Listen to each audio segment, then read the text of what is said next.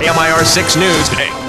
Time is now 6:17 this morning. If you were with us yesterday, you saw some bizarre events happen in the Michael Jackson child molestation trial. Jackson showed up late for court wearing his pajamas, this on a day where the accuser himself was on the witness stand. Joining us this morning is our KMIR 6 legal analyst, John Dolan. He's on the phone with us this morning. Good morning, John.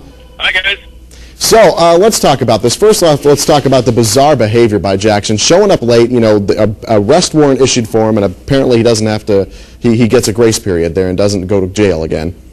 Well, you should understand, he really does have a back problem. Some years ago in Germany, he fell off a scaffolding about 75 feet high and hurt his back. And from what I understand from Brian Oxman, who's a longtime friend of mine and part of the defense team, on yesterday morning about 5 o'clock, Michael Jackson re-injured his back, and he went to the hospital to get some treatment for it. I have to admit, showing up at court with your pajama bottoms on is a little bizarre behavior, but it's not as though he manufactured his bad back on the spot.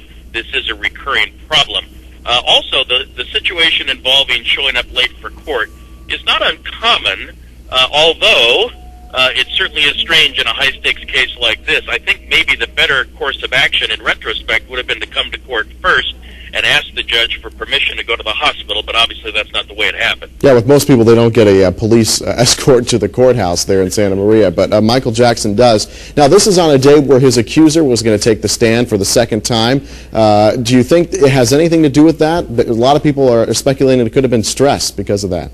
Well, it certainly is possible that that's an explanation, but I have to tell you, based on what I've heard from the end of court yesterday, this young, well-behaved, arguably well-rehearsed witness became a sarcastic, ungrateful little punk in about 30 minutes in cross-examination. So, if there was a concern about what the accuser's testimony was going to be like, I think now the prosecution has a concern about what it's going to look like starting on Monday. Yeah, John, I mean, that's not a smart move for the prosecution, you would think, because if they put him on the stand now, the defense gets him right before the weekend, and now that smart, sarcastic punk, like you brought up, gets to sit in their mind for the whole weekend. Well, that's true. And, trial lawyers are well rehearsed in the idea that if you're getting to the end of a witness, or if you're getting to the end of a day on Thursday and you're not going to be back till Monday, you do whatever you can to stretch out your examination so you don't give the other side a chance to plant in the minds of the jury some things that they'll be thinking about all weekend. But Sneddon didn't do that, and I have to say, in 20 or 30 minutes, Mesereau really turned the impression of this kid around, so we'll have to see what happens when the first of the week comes up. All right, John Dolan, we're going to check back in with you at 6:30, get a little bit more insight on what you think is coming up in the case as we move forward. All right, Tom.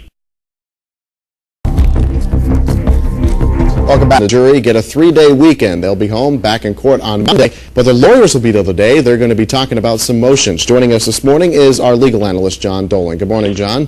Hey, Tom. John, let's talk about this. One of the legal motions that's going before the court this morning and the judge is the motion from Jay Leno. Of course, he is now on the witness list for this case, and of course, his show depends highly upon jokes from the Michael Jackson trial, but he's not allowed to tell them. He's bringing in other people to tell the jokes, and he wants to be able to do it himself. What do you think about that? Well, I think the list of motions goes from the ridiculous to the sublime, and I think this is probably on the ridiculous end. Although, there is an underlying, very serious legal issue. Does Jay Leno have the constitutional right, the First Amendment right, to make commentary on what's going on in the legal system? And that is juxtaposed to, does Michael Jackson have the right to a fair trial so that people who are potential witnesses are not making comments outside of court? And, what surrounds this case, the strange nature of the whole circumstances, plus Jay Leno on television every night bringing in Drew Carey and the guy from Everybody Loves Raymond, is pretty funny. I think that motion is more, I shouldn't say frivolous, but I don't think it really goes to the heart of what's going on in this case. I'll tell you what, I wish they would have brought a motion regarding whether or not Martin Brashear could broadcast that program right before they started the trial. That would have been more relevant. Yeah, exactly. And what about this trial? I've been out there covering it. I've been up there in Santa Maria. It seems to be moving a lot faster than anybody expected. We expected it to take, or possibly take, 6 months, and now we're only less than a month into it, and we're almost to the defense's case.